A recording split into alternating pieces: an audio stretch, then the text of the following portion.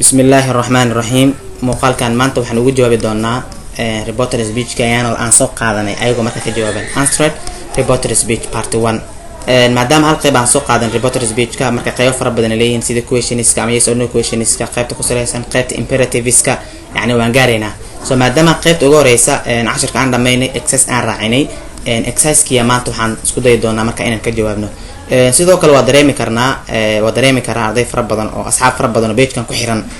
in marka casharkan uu yahay cashar marka advanced ah loogu talagalay arday hore marka tennisyadii conditional tenniskii basic voicekii hore usoo qaatay marka in loogu talagalay waayo asxaab fara badan oo page ku xiran oo isku diyaarinaysa imtixaanka dawliga ayaa waxay soo gudbiyeen maadaama imtixaanaadka ayaga ay u badiyeen ama ay ku jiraan in marka aan soo horumarino si marka dhow ayagana imtixaanka natiijooyin fiican ay ka keensadaan marka midda waa mid soo marka hadda waxaan isku dayi doonaa inaan exercise-keena guda galno exercise-ku wuxuu dhacay marka sida tan back shift yani tennisyada marka dib u celi yani kuwa presentiga waxaad ka dhigaysaa dib aad u celinaysaa past ayaa ka dhigaysaa kuwa modeliska ku saleysan maxaa la dhahaa will in loo bedelo would, may in loo bedelo might, must in loo bedelo had to ama must not in loo bedelo ama mustn't sida marka in loo bedelo so marka and place expressionista iyo expressionada kuwa goobta ama yani oo loo jeedo falkaab meeleedka falkaab waqtiyeedka iyo tilmaamayaasha marka in marka isbedel lagu sameeyo marka imagine you want to repeat sentences that you heard 2 weeks ago in another place waxaad sawirtaa ma waxaad qiyaastaa adiga inaad doonaysid inaad ku celiso jumladahaasoo yani 2 isbuuc ka hor aad meel aad ka maqashay ayaad waxaad rabtaa dib inaad soo celisid ama inaad soo xigato ama inaad soo tabiso ama inaad soo wariso ayaad rabtaa qiyaas marka so rewrite the sentence in reporter speech yani waxaad dib aad u qortaa jumladaha reporter speech ku qoran dib yani dib u celi yani marka bedel dib ayaga u qor inaad soo xigata ilaa rabtaa maano oo labada waxaan reporting speech ka yani qaybna waa ka kooban yahay reporting verb qaybna wuxuu ka koobnaa reporter speech kuwa reporter speech ka kooban dib u qor change pronouns magacyada isbedel ku sameey ama bedel and expressions of time and place where necessary iyo sidoo kale yani expressionada ku tilmaamaya goobta waqtiga iyo ku tilmaamaya goobta meesha muhiimka aad leedahay meeshan ayaa isbedel loogu baahan yahay meelaas marka waa in isbedel ku sameysaa tusaale ahaan she says yani they said waxay tiri this is our book yani kani waa bookeyga saas ayay tiri maanta jumladan this is our book oo inverted commas ka dhaxdeeda ku jiro ama calaamada tabinta ama calaamatu tansiis ay ku jirto ama quotation marks ku jirto yani isbedel maanta jumladan ku dhacaysa isbedel ayaa maanta ku dhacayo waayo reporting verb-ka aan haysto ayaa wuxuu ku saleysan yahay simple past haddii simple past tense haddii uu ku saleysan yahay tennis ahaan isbedel ayaa ku dhacayo tusaale ahaan they said ayaga waxay tiri koma meesha iska saar that yani maanta this waxaa loo bedelayaa step ugu horeeya this maanta waxaa u bedelaynaa that okay is yani tennis ahaan waa present waxaa u bedelaynaa past that was sidoo kale our book waxaa noo yaala possessive yani adjective waxay isku bedelaysaa maadaama aan rabno dad maqan inaan ka dhigno their book yani maanta isbedel waxaa ku imaaday yani tilmaamaha isbedel ku imaaday tenniska iyo isbedel marka ku imaaday marka possessive adjective ka so horna waa soo qaadane marka ayaga asal waxay dhaheen kani waa buugeena waa duurisay waxaa tidhi ayaga waxay sheegeen in uu ahaa buugooda inuu ahaa ayay sheegeen waa jumlad saxan marka hadda way ku dhammaystiran tahay example midena labaad she said waxay tiri I went to the cinema yesterday shalay aniga waxaan aaday shaneemo saasay dhahday I went to the cinema yesterday jumladan isbedel ma ku dhacayo isbedel ayaa ku dhacayo waayo reporting verb-kan wuxuu ku saleysan yahay said okay she said waxay tiri that optional xiriiriyaan noo soo qaad that maanta yaalo yani waa mar warba ugu horeyso marka waxaan bedelayo magacyada ama magac yaala ay jumlada fiirinaya haddii isbedel uu ku dhacay haddii kale waxaa ii go'aaminayo magacyada magaca jumlada reporting verb-ka ka horeeyo maanta first person pronoun oo aan soo sheegin asaga shuruuc inuu leeyahay laba sharci inuu leeyahay haddii jumlada ka bilaabato reporting verb-ka subjectiisa haduu yahay third person pronoun asaga isbedel ay ku imaan doono waa lagu soo celinaa ama magaca haduu yaalo magaca meesha lagu soo celinaya haddii maanta jumlada ay taalo halkaana uu yaalo ama halkan we taalo yani uu yahay first person of singular ama plural midku doona ahaadee wax isbedel markaa kuma dhacaayo hore ayaan soo qaadanay waa sharciga ugu horeeyay ka labaad ayuu markaa u ahaa so that she markii ayaan ku bedelnay she went to waa simple past waxaa loo bedeli jiray past perfect hargento the cinema sidoo soo qaad yesterday shalay yani waxaan u bedelaynaa the day before yesterday shalay يعني maadaama simple past time expression kan waxa bedeli karnaa the day before ama the previous day so marka she said waxay tiri that she had gone to the cinema the day before maalin ka hor shineemada inay aada iyada ayay sheegtay so marka midkan saddexaad they will say ayagu waxay dhihi doonaan we have not received the letter anaga warqad ma helin saas ayay dhihi doonaan warqadda ma soo gaarin so maanta we have not received the letter maanta isbedel maya ku imaan doono tennis ahaan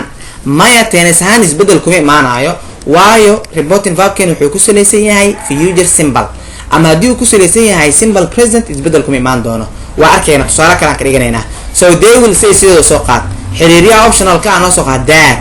we maanta yani magacyaalkan isbedel ayaa ku imaan doono tennis shuruuc ayuu leeyahay oo laba sharci ayuu ahaa sidoo kale maxaa la dhahaa magacyeelada ayagana shuruuc ay lahaayeen ilaa 4 shuruuc ay lahaayeen waa 7 sharci so marka we maanta waxay isku bedelaysaa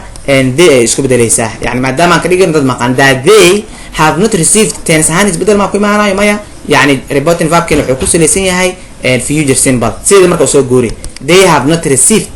the letter iyadana marka saas soo gudbi sidoo kale waxaan kala raacinaynaa iyadoo marka simple present tense ayaa marka iska raacinaynaa ha tusaale ahaan kale qof wuxuu dhigi karaa he says aan soo qaadano tusaale ahaan kale he says asaga wuxuu sheegaa asaga wuxuu dhahaa hadalka oo dhawaa I write anigu waxaan qoraa poems yani anigu waxaan qoraa gabayo ayaa marka aan qoraa hadda jumladan waxaan rabnaa in loo bedeli karo reported verb kama indirect speech maanta says waa simple present tense tense ahaan isbedel marka kuma imaan doono waa dhow waxaan dhaynaa he says asaga wuxuu sheegaa xiriiriyana soo qaad that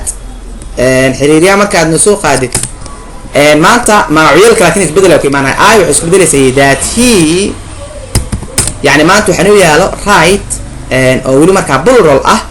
waxa asagana right asiga waxaan ka dhigaynaa marka singular ayaan ka dhigaynaa that he writes poems asaga gabayno qoro ayuu marka uu sheegay oo qaabkaas dhow marka aan dhahnaa yani halkan waa la fahmaa fila haddii uu reporting verbka uu ku salaysan yahay simple past sida said tennis ahaan isbedel ayaa ku imaanayo haddii uu ku salaysan yahay simple future tennis ahaan isbedel kuma imaanayo iyo haddii uu ku salaysan yahay simple present wax isbedel marka kuma imaanayo laakiin mid magacyeelada isbedel ayaa ku imaan doono haddii falkaabyo meelay haday yaalaan meesha haday yaalaan isbedel ayaa ku imaan doono halaas marka waxaan fahmayaa inay ila fahanteen so mid afraad you said adiga waxaad tidhi I will do this for him arrintan aniga asiga aynu samayn doona okay you said adiga waxaad tidhi and that I waxay isku bedelaysaa you that you will do waxay isku bedelaysaa basically will do for him sida soo qaad she said waxay tidhi I'm not hungry now hadda aniga gaajo ma hayso isbedel miyaa ku imaan doona I am not hungry now ha yani reporting verbka wuxuu yahay simple past she said waxay tidhi that xiriiriya noo soo qaad I maanta isbedel ma ku imaan doona ha يعني كان وحوي هاي شيء مركز إلى سوقات that she I am not basically was not يعني شيء وحوي singular وأنا أصلا singular أنا كريجنا now وعسكوب ده لسه مركز then وحيد تدي إذا مركز وقت جاس أم حل جاس قاعدين يسنهين أي شيء مثل حد they said أيه وحيدهن we have never been here before هرها كان مان وإيمانين so they said أيه وحيد شيئين that إسبدل أكو إيمان دونه reporting verb كان وحوي simple past we isbedel ay ku imaan doono yani iyadoo loo eegayo reporting verbkana wuxuu ku dhisan yahay in third person of plural soo qad marka they have never been wuxuu isku bedelaysaa had never been waa present perfect past perfect here wuxuu isku bedelaysaa there sidoo kale midkeena toddobaad they said waxay dhaheen we were in London last week isbuuca la soo dhaafay anaga waxaan ku sugnay London isbedel miyay ku imaanay ha said mujeedada they said waxay dhaheen that option kuna soo qad we isbedel ku imaanayo objective wuxuu yahay they wax maqan ka dhig marka that they were waa simple past yani waxa laga dhigi jiray past perfect tense had been sidoo kale in London sidoo soo qaad last week waxay isku bedelaysaa the week before inaan dhahno ama the previous day inaan dhahan waa isku mid labada marka qaabkaas ay isku bedelayaan so he said asiga wuxuu dhahay I will have finished this paper by tomorrow berito shaqada aniga waa gabagabeeyayba yani waa future perfect isbedel ku imaanayo said ayuu ku salaysan yahay so he said wuxuu dhahay that I waxay isku bedelaysaa he ay isku bedelaysaa oo subject he ah will have finished waxay isku bedelaysaa would would have finished this paper waxay isku bedelaysaa that paper by tomorrow waxay isku bedelaysaa by the next day qaabkaas ay markaa isku bedelaysaa he said asiga wuxuu dhahay they will not sleep ama they won't sleep ayaga ma jifan doonaan mise ma hurdi doonaan ayuu dhahay she said waxay tidhi iyada waxay tidhi awe my he said asiga wuxuu dhahay cafwan that they عادي يعني waxaa go'aaminaya that they will not sleep waxay isku bedelaysaa past kadib that they would not sleep tabanaad she said waxay tidhi it's very quiet here halkan waa meel markaa xasiloon she said waxay tidhi that it's markaan dhaho is yani waa simple present past kadib that it was very quiet